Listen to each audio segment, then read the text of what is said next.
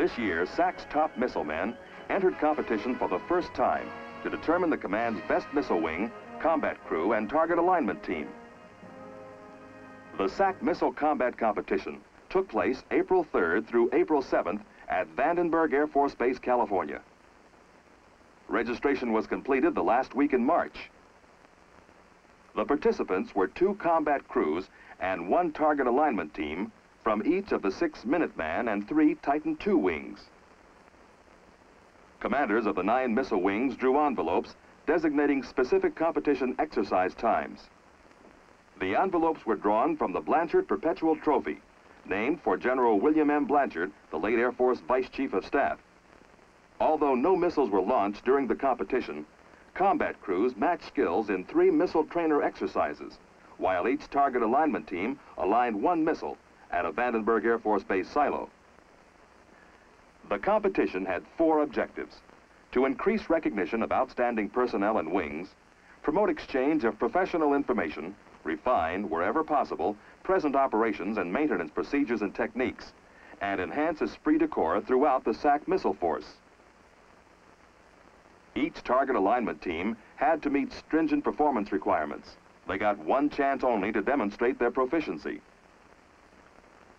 Deploying to a Minuteman or Titan II silo, the 3-man team had only a few hours to assure that the missile was precisely located at the point of origin, which must be exact if the missile is to be accurate downrange. This alignment is comparable to aiming a bullet from a hollow iron tube barely longer than the bullet. The silo has no effect on the aiming of the missile. The missile must be precisely aimed before launch. Errors are measured in arc seconds.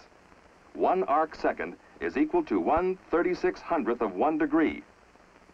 An error of 1 arc second at launch moves the impact point 100 feet, 5,000 miles downrange. As the competition got underway, the missile launch crews began the first of their 2-hour exercises. The trainers are identical in every respect to an actual launch control center with 1 exception.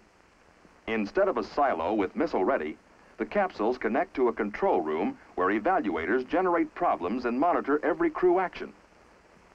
During the 3 2-hour exercise periods, the launch control crews were given all the problems and emergencies they might expect to face during a 2-year tour of duty. This time compression technique was chosen to inject the necessary competitive element into the launch control center operation. This Titan II crew is from the 308th Strategic Missile Wing, Little Rock Air Force Base, Arkansas. As the results began coming in, the spectators watched the postings on the scoreboard in competition headquarters. Meanwhile, crew competition continued in the trainers. These are members of the 351st Strategic Missile Wing, Whiteman Air Force Base, Missouri, a Minuteman crew. Each of the problems encountered by the crews was assigned a certain point value, determined by the degree of difficulty and importance of the problem. Some 30 different problems were introduced to evaluate crew reactions to emergency war orders, missile site emergencies, and equipment malfunctions. In addition, each problem was assigned a baseline completion time. Points were deducted for exceeding this baseline time and for procedural deviations based on the criteria established in SAC manuals. A perfect point score for each crew for all 3 exercises was 1,000 points. For a target alignment team, 600 points. Possible wing total for the competition was 2,600 points. Score posting continued as the final figures came in from the trainers. Since the various elements of the exercise were conducted at various times, the scoreboard did not always reflect the leading teams and crews. It was necessary to know which crews had completed certain phases of the exercise. Finally, totals in the various categories for all units were posted, and the winning teams were known. On April 7th, 1967, the award ceremony was held at competition headquarters. General Joseph J. Nazaro, SAC Commander-in-Chief, summed up the competition and praised the teams for their performance.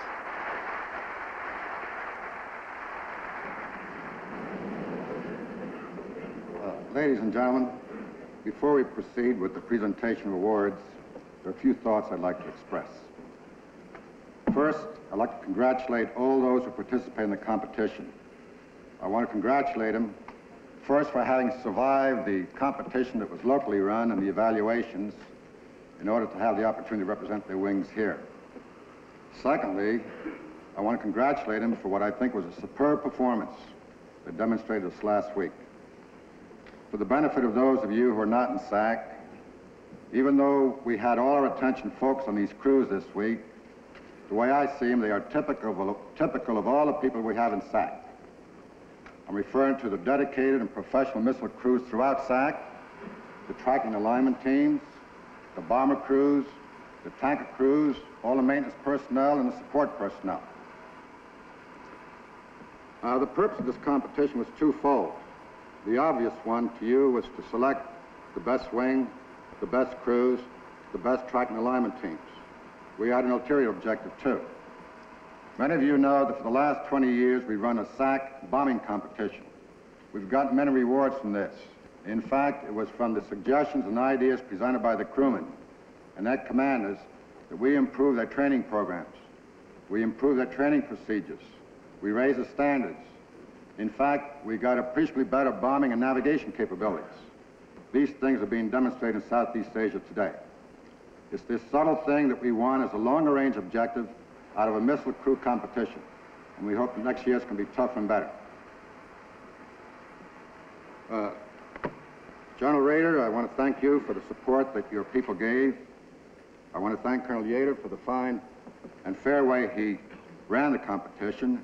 I think they generated an environment that permitted the crews to develop an esprit, at least it was reflected to me. I noticed last night quite a bit of exchange of ideas among people. I also noticed a little exchange of a few bucks. I think that's fine. It's part and parcel of what we think is a good week's competition. Those of you who are here, win or lose, you can take pride in two things.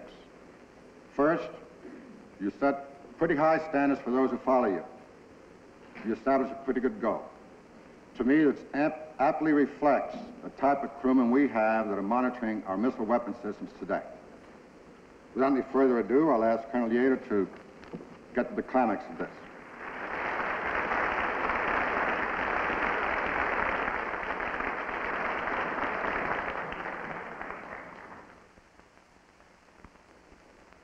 The 308th Strategic Missile Wing won Best Maintenance Team and Best Titan Maintenance Team.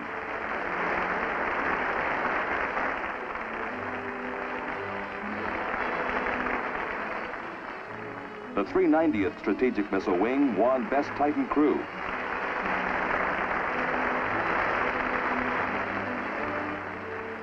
The 381st Strategic Missile Wing, McConnell Air Force Base, Kansas, won Best Titan Wing.